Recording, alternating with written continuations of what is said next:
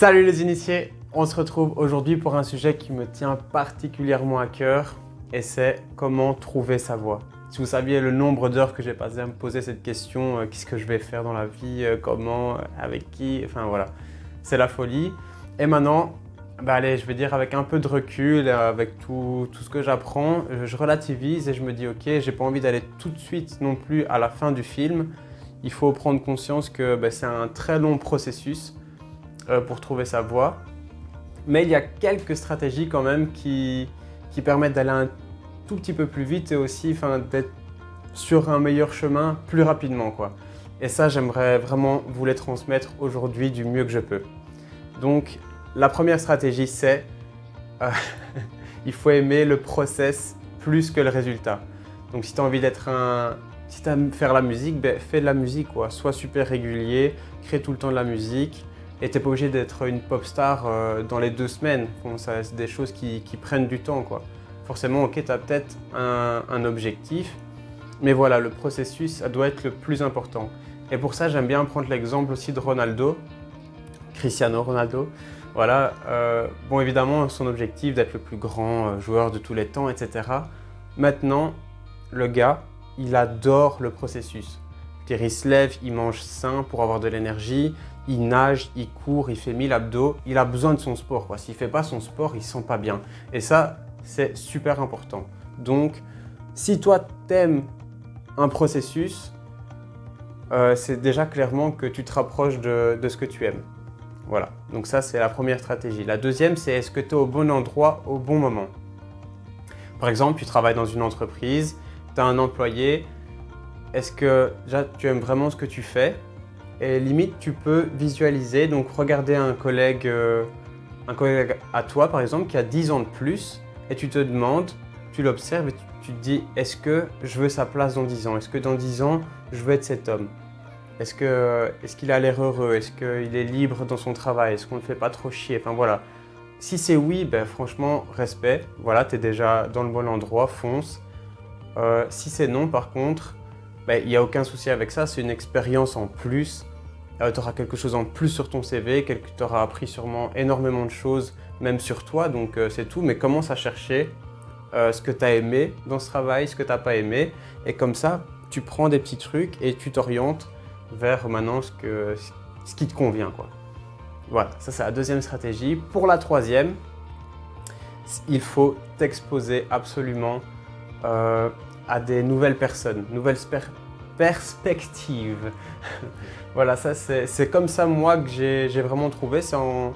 J'ai suivi une formation, business marketing mais aussi développement personnel et j'ai rencontré vraiment un coach qui à chaque fois qu'il disait quelque chose, ça vibrait en moi, quoi. Donc il y a un moment, faut prendre conscience des choses. Et voilà, mais j'aurais pas su que le coaching m'intéressait si j'avais pas suivi cette formation. Donc il faut vraiment sortir aussi de sa zone de confort. Vous savez, on est dans un corps, dans une famille qui a déjà des croyances, dans une culture bien particulière, judéo-chrétienne pour certains, musulmane, etc., qui a aussi des croyances. On traîne souvent avec les mêmes personnes. On va à une école qui enseigne la même chose à tout le monde. On traîne avec des gens de la même classe sociale. Enfin, finalement, on ne rencontre pas vraiment des masses de personnes différentes de nous. Et ça, c'est quand même un vrai problème.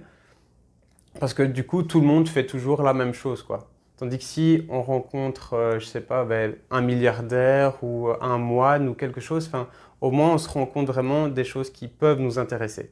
Et on n'est pas influencé.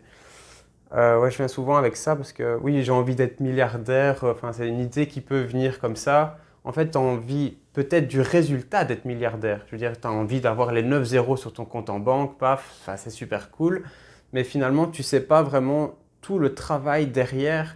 Qu'est-ce que c'est d'être milliardaire? Peut-être que le type, il se lève à 5 heures du matin, il va se coucher à 22 heures, il travaille toute la journée sur son entreprise. Il fait que ça, tous les sacrifices qu'il fait, il voit peut-être pas beaucoup sa famille. Tu as peut-être une image, oui, il est en train de se dorer la pilule sur une plage en sirotant un cocktail, mais en fait, c'est pas du tout ça, être milliardaire.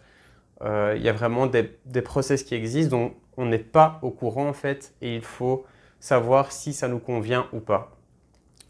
Donc ça, c'est vraiment, je pense, le meilleur conseil, c'est d'être exposé à des modèles uniques, à des gens qui font des choses qui nous passionnent, quoi. On les observe, on les suit, on regarde si vraiment le processus nous plaît. Et là, à ce moment-là, on se dit oui ou non, est-ce que ça nous convient?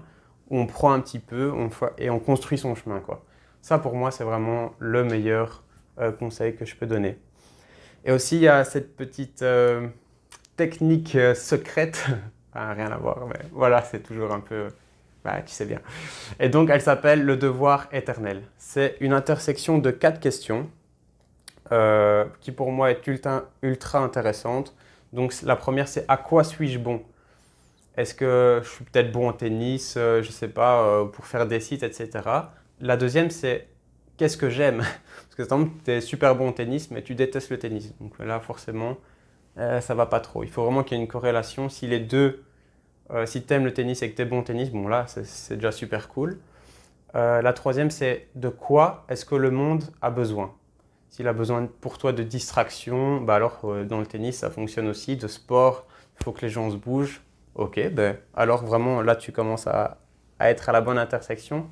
Et la quatrième, c'est comment je me fais payer pour faire ça.